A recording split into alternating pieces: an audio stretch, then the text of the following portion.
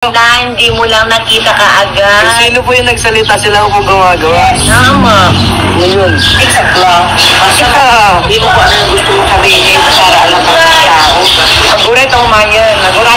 Nung kinakay ko. Ayaw ko magsalita. Siya po nagsalita ako. Pero yung diretso. Kaya nariyan ako sa... Sa'yo na lahat. Oo. Pero yung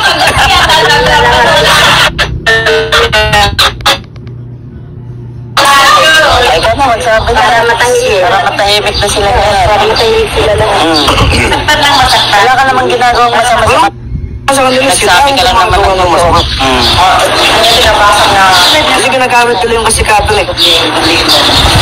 Ginagamit ko din yung kasikatan nila para manira ng tao. Dapat ng YouTube ginagawa yan para tumulong. Ang ano po nga po nila, diba humanitarian? Ay, humanitarian ba yung pagsira? Humanitarian ba yung, di ba? Yung humanitarian, pagtulong. Tumutulong ko sa mga taong nahihirapan. Pero dapat in a legal way. Kala ko maglalabas. Dapat po nasa legal po sila.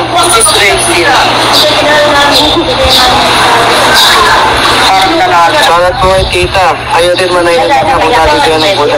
Kung di po kami nagsasalita, hindi nyo po malalaman ang katotohanan. Yes.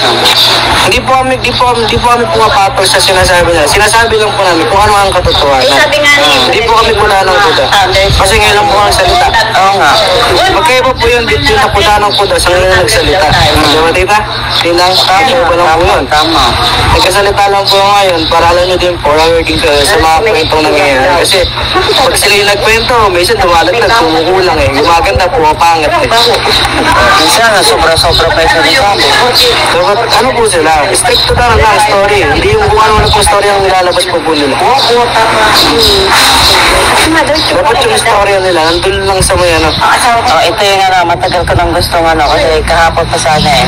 Ano masasabi mo dun sa sinasabi nilang reconciliation daw? Ano daw ang Makikipag-reconcile daw.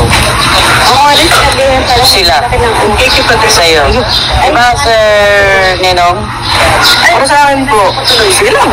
Pero huwag nyo po nga sana babalik po ako. Nakikipag-usap. Kasi ang inaasahan po nila pag may pag-ganun po na, babalik ka po eh. Yun po yung inaasahan nila. Pero ngayon pa lang po sinasabi ko na, at tumigil na po kayo, di na po ako babalik. That's it. Period. Yun na po yun. Wala na po nga sabihin pang iba. Basta ako, straight to the point po ako. Isang kwento lang, hindi na po kung ano-ano pang kwento. Lumayos na si Papa mo.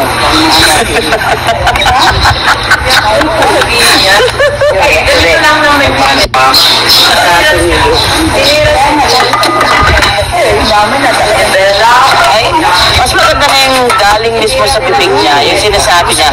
Isa naman gagawa tayo ng kwento na hindi naman natin alam talaga. Dapat po talaga, ano po tayo? Dapat na po alam po.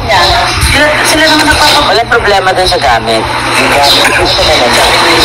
Gamit, pwede mong palitan. Pero yung ugali po ba nila, napapalitan? Hindi. Ganun po dapat tayo mag-isip. Dapat, bakit po ngayon, kung kaya nawala ka, ba't binabalikan yung mga di nila binablog dati? For what reason? Pag-inggitin nila ako para bumalik sa kanila. Hindi na po. At nung nagsiselos ka nga ba kay Luis? Aning ko sila. Aning ko yung ganyan. Ito mag-selos. Nako. Ano bang meron siya nang wala? Ano bang meron ako nang wala siya? Marami. Marami nagmamahal. Kaya don't compare yourself. Dapat di po tayo nagkukumpara. Kasi pag ako nagkumpara, baka hindi mo kayanin. Yun lang. Kasi ako po nakikita ko po lahat. Eh siya po kasi nakikita niyo, isa lang eh. Kumbaga, nasa mundo siya pero nasa kabila. Patay tayo dyan. Diba? Nandun lang po Pag-usapan na yun, nasa mundo pero sa kapila. Ako po kasi nasa ano po ko, lahat po nakikita ko eh. Observative po kasi ako, hindi po ako yung isang tao na nakikita ko, mabait siya. Bakit? Mabait pa talaga to? Diba? Mabait siya pero bakit? Hanggang mamaya, mabait pa to. Diba hindi? Kasi may mga ugali tayo, hindi natin nakikita lahat. Ako may ugali po kung hindi nyo alam. Totoo po yun. Ako yung aminado ako. Aminado ako kung hindi talaga ako mabait. May mga times na hindi ako mabait. Sa ibang bagay din. Diba? Walang perfecto. Eh sila nagpapaka-perfecto. Piliin natin yung dapat nga sinasabi lang natin na hindi tayo na dapat piliin natin yung hindi maging masama. Okay lang. natin maging mabuti, pero yung pagiging perfecto mo, hindi na pwede yun. Walang perfect. Diba? Walang Jesus perfect Christ tao. also last time, di ba? Ano mo masasabi? Sana po, lahat po naisip po natin bago natin sabihin kung nakakasakit ako ba. Sa bagay, kayo bakit nakikita nyo ba yung sarili nyo na nagsasalita pa ba kayo ng gano'n? Diba gusto nyo nga lang pala, obvious eh. Diba? Iisipin nyo pa ba yung sinasabi mo? Iisipin nyo pa ba yun? Iisipin nyo pa ba yung mga sakit ng mga tao, yung mga ganyan? Kung nakakasakit pa sila, hindi. Ang iisipin nyo doon yung views. So, gagawin ko to kasi mataas, gagawin ko to kasi nasa init yung issue eh. Diba? Ang issue nandyan talaga yan. Strike the iron while it's hot. Kaya kung ako patatanungin nyo, Final ka. kaya kung titignan niyo po kung wala pa akong pinapatamaan. Kung may business sila o may business tayong lahat, na hindi naman pala talaga illegal, babagsak. Hindi legal ka mo. Lahat po ng mga business na illegal, babagsak yan. Walang sa una lang po, yan, maganda yan. Sa una, ano yan? Maganda yan. Kumbaga, kumikita. Pero ang tanong hanggang kailan? Yun nga. Diba? Hanggang saan yung kakayanin mo? Hindi mo na kaya yan. Magugulat lang ako pagka tumagal pa yung ganung business eh. Diba? Try natin sa YouTube, tanggalin nyo ako. Doon ko hinahamon kayo na tanggalin nyo yung pagmumukha ko sa YouTube nyo. Naku, di wala na akong kita, wala ka ng bahay. Ako sa inyo. Ay. Diba? Natatalang po. Kabibigyan pa lang ng kita ko sa'yo. Tayo po dito, dapat masaya lang.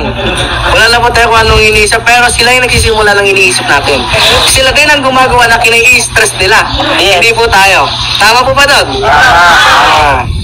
Kumbaga, ang ginagawa nila, na-stress na ako, dapat bumalik ka na. Ano? Kayo gumagawa, ba't po yung hinaano nyo? Sino pa ba yung unang nagsalita? Sila. Sino ba yung unang nagsabi ng masasakit? Sila. Ako, anong ginagawa ko? Nag-aaral lang. Uy, nakaka-perfect ako. Ganun lang. Di ba? Ganun lang.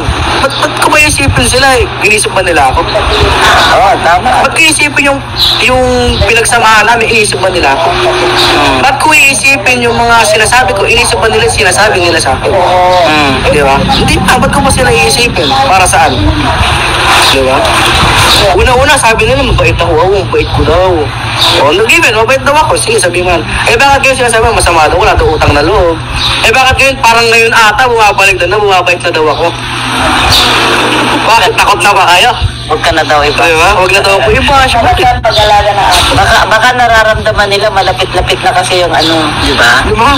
Bakit? Bakit yun nasabi yung gano'n? Basta ako strict to the point ako, alam ko sarili ko yung desisyon ko. Hindi na ako bata, hindi ako robot para kinokontrol. May nagdidikta daw sa'yo eh. Nagumaya dito, sino? Hindi ko alam. Yung binasa mo daw, ba't mo daw binabasa yung sinabi mo doon? Eh sila din naman po, di ba yung naglawat mo sa statement, nagbabasa din sila?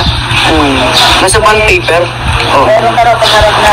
Pinapaganda pa nga po nila yung ano eh. Yung salita nila, pero in short, pinapatamaan ka din. Ang ganda ng salita nila, pero pag inaral mo na mabuti, ano, masamang tao ka. Yun lang po yan. Kumbaga, una, maganda po yan. Sabi ko na magaganda salita. Pero pagka nandun ka na sa dulo, nasa climax ka na, sa pool ka. Yun lang. Di ba? Nandun na yun. Eh, paano yan? Eh, hindi ako magandang ano para sa'yo. Talaga. Bad influence pala si Nulong pala. Bad influence pala yung kita sa YouTube, binibigay sa akin. Napabad influence talaga ng ganun. Masasira na ang buhay mo sa Bro, Masasira nga daw buhay mo sa mga Masasira daw buhay mo sa akin dahil sumama ka daw sa akin. pare, kung mabalik atawan ng ano, divisoria pero sa US. Ay, siyempre, sasalayin ka dalawang kamay ni daddy mo, wonderful camping. At saka si mami, blank.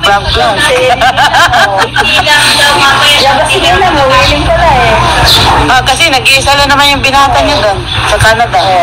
Balikan na ako, US, Canada, anis.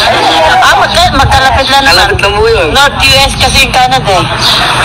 Basta tingnan mo natin muna yung mga sinasabi natin bago tayo magsalita. Kasi mahirap na po yung salita tayo ng salita. Kuda tayo ng ng buta. Hindi ko po tayo ng bata. Ganun lang po yun, parang pinaparting, tatlo kaya ako mag-isa. Kaya ko pinaka tatlo, apat, tapos ako mag-isa. Ano laban yun sa akin? Isang beses na ako nagsalita, pero grabe impact sa kanila. In short, apektado sila sa mga katotohanan ng sinasabi ko. Diba? Doon po sila apektado. Basta ako lang mag-isa, pero nilalabanan ko silang apat, lima. Kahit alam mo po sila, basta nagsalita ako ng katotohanan. At alam ko sa sarili ko na totoo yung sinasabi ko. Bakit kung hindi po ba totoo yun, masasama sila? Diba? Iiyak po ba sila ng gano'n kung hindi totoo yun? Diba? Ano ba sila? Ang laki daw ng stress na binigay mo sa tatay mo. Sabi ko, di po ako nagbigay. Sila nagbigay ng stress sa sarili nila. Hindi po kasi, pinalaki po nila, pinalaki pa nilang issue eh. Diba? Kung yung ginawa nila, mali siya di okay. Diba? Hindi po ba parang big deal pa sa kanila yung panumalis ako? Kasi wala naman ako sa kanila, wala nang pinapakain nila, wala na silang pinapaharal. Di ba natin mas okay pa sa kanila yun? Sa kanila yung hindi ka nagpaalam na hindi ka nagpapalik. Nagpaalam naman? Hindi, nagpaalam pero yung hindi nagpapalik. Bakit na nagsinungaling siya? Yun nga po eh. Kaya nag-uusap na po kami that day. Pero nag-ano sila, nag-live. Kung ano ang sinasabi nila. Di ba? Sa yung issue, lumaki pa. Ibig na nag-uusap pa po ng maayos ng ano. Hindi. Kasi bakit? Siyempre. Pera yan eh. Sino ba namang ayaw ng pera? Kahit naman ako, gusto ko ng pera eh. Kung gusto ko sumigat, sisirahin ko sarili ko eh. Uy, ako pala si Dave yung walang utang na loob. Ahas. Yung ahas. Hindi, totoo naman po talaga eh. Nakakadaming talaga yung Totoo naman po talaga eh. Kung gusto mo ng pera, maninira ka ng tao. talagang Di ba? ahas na. Ganun po dapat. Dapat nasa legal po tayo lahat eh. Talagaan daw. Legal po ba yung pagkukuha mo ng mga tao? Nang walang permission sa DSWD. Kaya sabi ni brother, Di ba? Ay, daraw ko. Nagsasabi lang po ka ng katotohanan. bahay mo. Sabi nga po nila, ang katotohanan yung masakit. Yes. Truth hurts. Tama po. Kaya nagsalita ko ng statement ko sa video, nasaktan sila kasi bakit? Totoo. Di ba? Sure, sabi ni Japila. Kaya, Sir Japila, sure. sa lahat po ng mga yan, sa lahat ng mga vlogger na sumisira sa akin, hindi naman kayo tatagal. Yung Hindi naman sila tatagal eh. naman niya kay DJ.